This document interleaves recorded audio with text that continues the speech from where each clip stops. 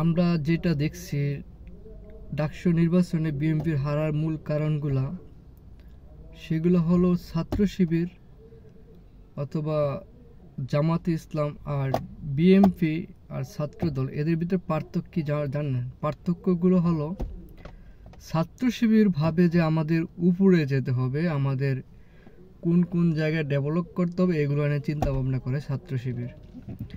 আর ছাত্রদল চিন্তা করে কি জানেন? কোন জায়গায় ফুটপাতে 5টা দোকান বসাইতে পারবো, কোন হলে 10টা সিট বিক্রি করতে পারবো, ওগুলা চিন্তা ভাবনা করে। আর বিএনপির মূল দলের একই ফোকাস, ওরা কোনো ফোকাস দেয় না যে আমাদের মূল টার্গেটগুলো কোথায়, কোন সমস্যাগুলো আছে, কোথায় আমাদের লোক বসানো লাগবে, এগুলো নিয়ে ওরা নেই। ওদের সমস্যা হলো ওরা এই রাস্তায় কয়টা ফুটপাতে দোকান বসা যাবে, কয় টাকা চাঁদা উঠানো যাবে, এইগুলো নিয়ে ব্যস্ততা থাকে। আর জামাত ব্যস্ত থাকে যে ওদের টার্গেট থাকে আমাদের শিক্ষা বোর্ড দখল করতে হবে, আমাদের সচিবালয় দখল করতে হবে, আমাদের উপরের লেভেলগুলো আমাদের লোক বসাতে হবে। আর বিএনপি শুধু ভাবে যে আমরা চাঁদাবাজি করব আর এখান থেকে চাঁদা লন্ডনে পাঠাবো, এইটাই এর হারার মূল কারণ। আর ওদের কিছু নেতাদের উদ্ভট কথাবার্তা শুনলে তো আরও বেশি বিরক্তকর মনে হয়, মানুষের ভিতরে আরও বিরক্ত হয়ে যায়। যেরকম সেদিন ছাত্র শিবির জিতার পরে ডাকসু নির্বাচনে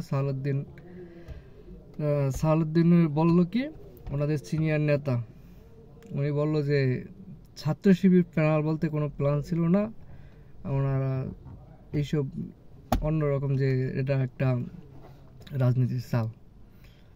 এরকম উদ্ভট কথাবার্তা দিয়ে বর্তমান সোশ্যাল মিডিয়ায় বাংলাদেশের মানুষ আর বোকা নাই, অনেক সবাই শিক্ষিত, কম বেশি সবাই বোঝে। আমি যদি ভাবে যে 1971 সালে সেই বোকা মানুষগুলা দিয়ে যুদ্ধ হয়েছে, এখনও সেই মানুষগুলা, তাদের প্রজন্মগুলো, এখন নতুন প্রজন্মগুলো এখনও বোকা, ওদেরকে যেটা বলবো সেটাই বুঝবে, এটা ওনাদের ভুল ধারণা। ওনারা সঠিক পথে আসলে ইনশাল্লাহ সামনের দিনগুলোতে ওনারা কিছু করতে পারবে। আর নাই তো ডাকসু নির্বাচনে যেমনটা ভরাডুবি হয়েছে, ঠিক বিএনপি জাতীয় নির্বাচনে এর চেয়ে বেশি ভরাডুবি হবে আমার মনে ধারণা দেখতে আছি যেটা। কারণ ওনারা যে উদ্ভট কথাবার্তা বলে, ওই যে ডাকসু নির্বাচন হওয়ার পরে ওনারা বলে যে জামাতকে আওয়ামী লীগ সাপোর্ট করছে, বা আওয়ামী লীগ না, জামাতের যে কথাবার্তা, ওদের যে ট্যালেন্টগুলো দেখাইছে, ওদেরকে মানুষ এমনি ভোট দিবে। আর আপনারা যেগুলো দেখাইছেন, কোন জায়গায় 5টা ফুটপাতের দোকান বসাতে পারবেন, 10 জন থেকে চাঁদা তুলবেন, এগুলো নিয়ে আপনারা রাজনীতি করেন। ওরা তো এই রাজনীতি করে না, ওদের শিক্ষাই থাকে, টার্গেট থাকে। ওরা যদি ক্ষমতা আসে, বাংলাদেশ অনেক উপরে উঠিয়ে নিবে, অনেক অনেক আগিয়ে নিবে।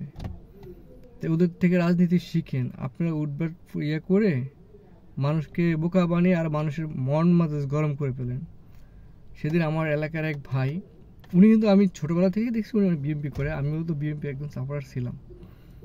উনি সেদিন ডাকসু নির্বাচনের পরে যখন একটা স্ট্যাটাস দিচ্ছে, তখন আমি দেখে উনি যে আমার মনের কথাটা বলছে, বাস্তব মনে হাজারো বিএনপির মনের কথা বলছে, যে আমি আগে বিএনপি করতাম, কিন্তু ওনাদের কথাবার্তা শোনার পরে আমি ওই দলকে এখন ঘৃণা করি। উনি ছাত্র জীবন থেকে শুরু করে আমার এলাকার অনেক ভাইরাই এখন দেখতেছি যে বিএনপি থেকে সরে আসতে চাইতেছে, কারণ ওনাদের এখন জায়গা হয় না। তো ওনারা যখন দূর সময় দলে জায়গা ছিল, কিন্তু এখন সুসময় ওদের জায়গা নাই, কারণ ওদের এখন এমপি যারা হবে তাদের আত্মীয় স্বজন সব জায়গা হয়ে গেছে। তো এইসব নিয়ে রাজনীতি করা যায় না। রাজনীতি হয়েছে অনেক বড় একটা, দেশপ্রেমিক হতে হবে। জামাত ইসলামের ভিতরে দেশপ্রেমিক আছে, আপনারা ওদেরকে যতই রাজাকার বলেন, যাই বলেন, ওদের কাজ মানুষ এখন দেখে, ওদেরকে দেখে মানুষ বোঝে যে না, ওদের ভিতরে দেশপ্রেমিক আছে। আপনাদের মতো এরকম না, আপনারা যতই ট্যাগ দিবেন রাজাকার, ওরা ততই ফেমাস হবে, ততটাই উপরের লেভেলে যাবে, এটা মনে রাখেন।